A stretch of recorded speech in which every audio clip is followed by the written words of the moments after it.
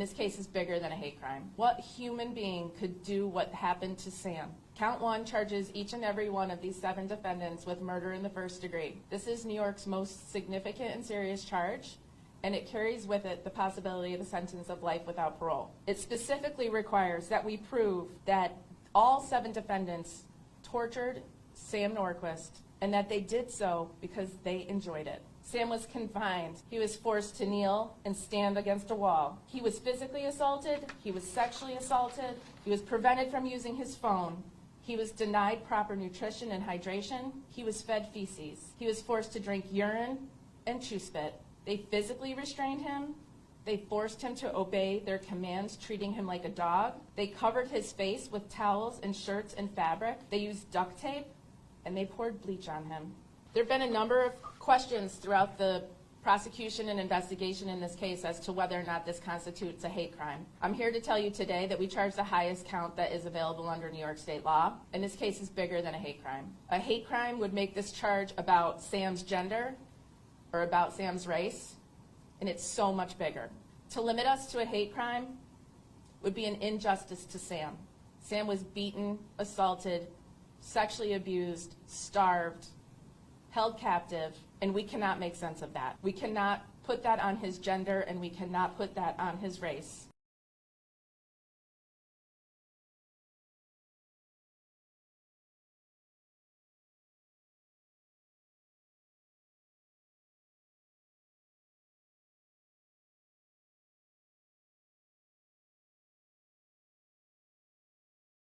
On February 13th, 2025, the body of a missing 24-year-old man was discovered in a remote field in upstate New York. His name was Sam Nordquist, and what investigators uncovered would shock even the most seasoned detectives. Held against his will, subjected to weeks of physical and psychological abuse, and ultimately killed, Sam's story is not just a crime case. It's a tragic portrait of how manipulation, vulnerability, and violence can converge in silence behind closed doors. This is the case of Sam Nordquist, a young transgender man whose life was brutally taken, allegedly by the very people he trusted most. Sam Nordquist was born in 2000 and grew up in Red Wing, Minnesota. Described by friends and family as gentle, artistic, and deeply empathetic, Sam was someone who always made space for others. He came out as transgender in his late teens and began living authentically as a man, a journey that was both empowering and at times difficult. His family supported him, but like many in the LGBTQ+ community, Sam faced moments of isolation, misunderstanding, and discrimination. In recent years, Sam had started connecting with people online, seeking community, friendship, and like many young adults, possibly love. That's how he met 38-year-old Precious Arzuaga, a woman from New York with a history of online relationships. Their connection quickly escalated, and Sam eventually made a life-changing decision. In the fall of 2024, he traveled from Minnesota to upstate New York to live with her. Upon arriving in New York, Sam Nordquist moved into a modest housing facility known as Patty's Lodge, located in the town of Hopewell in Ontario County. It was the kind of place that rarely attracted attention, quiet, low income, and off the radar. There, Sam lived alongside 38-year-old Precious Arzuaga, the woman he had traveled over 1,000 miles to meet, and several of her associates. For the first few weeks, there were no major warning signs. To those back home in Minnesota, Sam's messages remained sporadic but intact. A few texts, occasional check-ins, nothing that would set off immediate alarm bells. But by mid-January 2025, all communication from Sam abruptly stopped. No more texts, no more social media updates. His phone went straight to voicemail.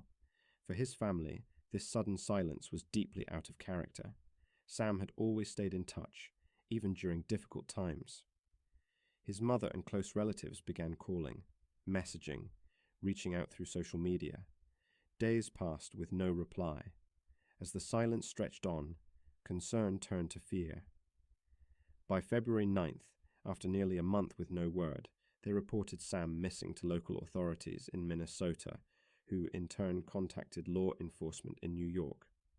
At the time, Sam's family could not have imagined the reality of what was already unfolding. Behind the closed doors of that rural lodge, something far more sinister had been taking place. Their missing person report would trigger an investigation that would unravel one of the most disturbing cases the region had ever seen. On the morning of February 13th, 2025, a chilling discovery brought a quiet, snow-covered corner of Yates County, New York, into the national spotlight. In a desolate field, just off a back road near the rural town of Torrey, police located human remains that had been partially buried beneath the frozen earth. The snow had helped preserve the site, slowing decomposition and maintaining key evidence, but even to seasoned investigators, what they found was beyond disturbing.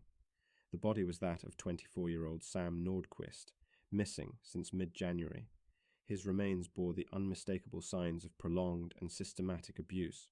Initial forensic analysis confirmed what detectives suspected. This was not a quick or spontaneous act of violence. It was something far more sinister, something deliberate. A series of injuries painted a picture of torture: broken ribs, blunt force trauma, untreated wounds, and evidence of both physical restraint and sexual assault. Some injuries had occurred days or even weeks before death, suggesting an extended period of captivity. New York State Police, Captain Kelly Swift, a 27-year veteran of the force, later described the crime as, quote, beyond depraved. Behind the procedural language and grim statistics was a human being, a young man whose final weeks had been marked by unimaginable suffering and whose disappearance, for too long, went unanswered. The precise location where Sam's body was found was not random. According to investigators, the field was known locally for being remote and rarely trafficked during winter. The property had no surveillance cameras, few nearby residents, and poor road access in snowy conditions. It would have taken significant premeditation to transport and conceal a body there. Tire tracks at the edge of the field suggested a vehicle had been backed in during nighttime hours. Investigators noted signs of dragging in the snow, leading from the edge of the road to the shallow burial site, just beneath a clump of leafless trees. Evidence found at the scene included a stained bedsheet, duct tape fragments, and fibers that would later be matched to textiles inside the residence at Patty's Lodge. Forensic teams also recovered cigarette butts and fast food wrappers discarded near the site. DNA later connected to two of the suspects. The scene was sealed for nearly 72 hours as forensic teams worked around the clock, documenting and collecting evidence in freezing conditions. Within 48 hours of the body being identified, law enforcement moved swiftly. On February 15th, 38-year-old Precious Arzuaga, the woman Sam had come to live with, was arrested at Patty's Lodge. The arrest was not a surprise to investigators. In fact, it was the result of weeks of accumulating suspicion. She was not alone. 4 other individuals were taken into custody that same day, including Jennifer Quijano, 19, Patrick Goodwin, 30, Kyle Sage, 33, and Emily Motica, 21. 2 additional suspects, a 29-year-old woman and a 21-year-old man, would be arrested days later.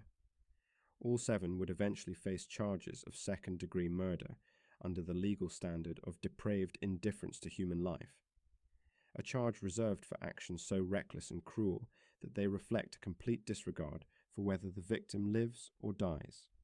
Unlike intentional murder charges, depraved indifference does not require proof that the defendants planned to kill Sam Nordquist. Instead, it focuses on the inhumanity of their behavior.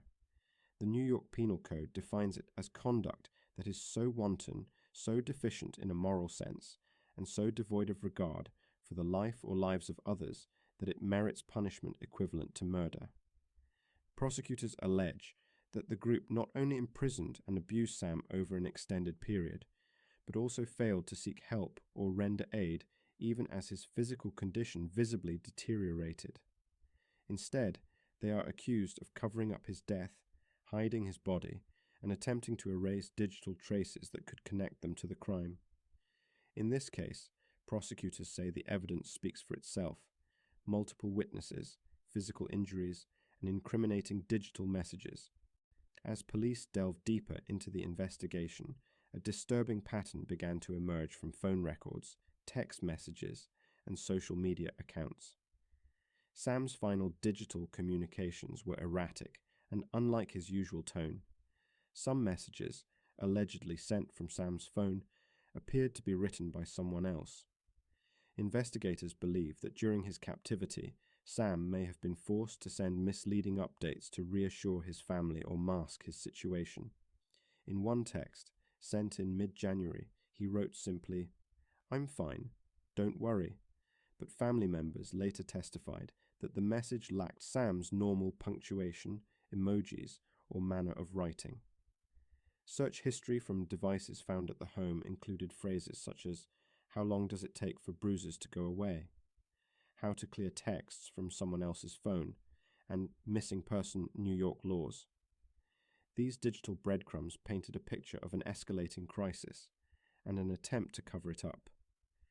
The suspects in this case came from varied backgrounds, but many shared troubling patterns: prior arrests, histories of domestic abuse, or unstable living conditions. Perhaps most concerning was Patrick Goodwin, previously convicted in 2015 of child sexual abuse. Despite serving time, he remained largely under the radar. Precious Arzuaga, the central figure, had no major prior criminal record, but was described in police interviews as controlling and manipulative.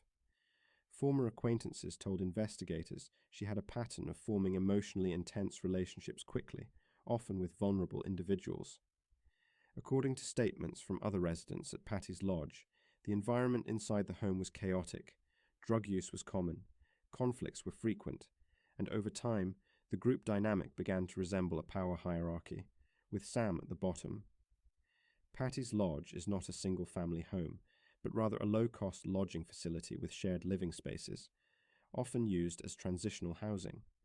Sam had moved there in early September 2024 to be with Arzuaga, sharing a small room and living among other tenants, including some of the accused. Inside, the atmosphere was far from safe. Witnesses described a disturbing shift in tone in the weeks leading up to Sam's disappearance.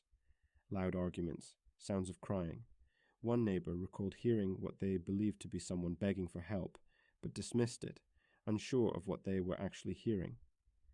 By the time police searched the property, much had already been cleaned, but traces of blood were found in a mattress, and damage to the room's doorframe indicated forced entries had occurred. The revelation of Sam Nordquist's fate sent shockwaves across both local communities and national media. Vigils were held in Red Wing, Minnesota, and Canandaigua, New York. Candles lit the steps of courthouses and LGBTQ+ centers. Portraits of Sam, smiling, laughing, alive, flooded timelines with the hashtag number Justice for Sam. For many in the transgender community, Sam's story represented a deeper fear, that vulnerability could be exploited in the most brutal ways, and that the justice system still struggles to name that violence for what it is. Despite the nature of the crime, the Ontario County District Attorney stated that, as of now, there is insufficient evidence to classify the murder as a hate crime under New York state law, but advocacy groups like GLAAD and the Anti-Violence Project argue otherwise. They believe Sam's identity as a black transgender man contributed directly to how he was perceived, targeted, and ultimately treated. Sam Nordquist was more than a victim. He was a son, a friend, a young man trying to build a life on his own terms, one shaped by resilience, identity, and hope. What happened to him was not just the result of a few bad decisions or dangerous people. It was the result of systems that failed to protect, voices that went unheard, and a silence that grew too loud to ignore. Justice is not only about convictions, it's about acknowledging pain, honoring truth, and ensuring that stories like Sam's are never forgotten.